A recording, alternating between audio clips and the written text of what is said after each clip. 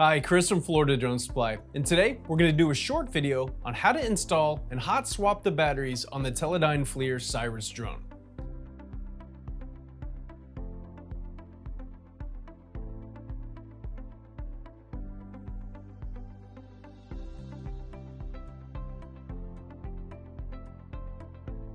On board the SIRAS, there are two batteries which get installed on the back of the aircraft, and they are specific to their orientation and type.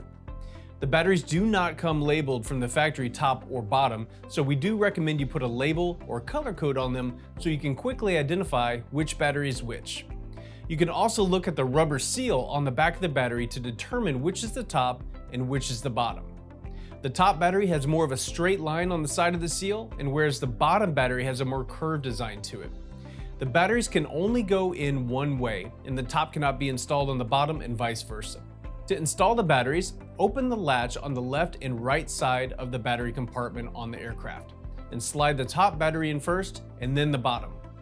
You will notice that the seals line up so the latch can slide back over and lock into place.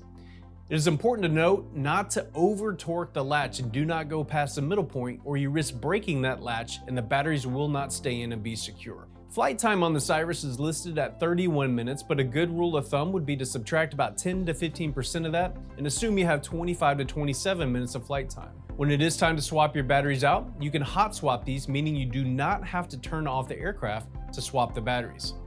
Flip the battery latch open, remove the top battery, replace it with the charged one, and then pull the bottom and swap it out. Lock the latch back into place and you are good to go for your next flight. Thanks for watching this video on the battery swap and installation on the Teledyne FLIR SIRAS drone. If you have any questions, give us a call at 855-8-DRONES or check us out online at floridadronesupply.com. As always, thank you for watching and have a great day.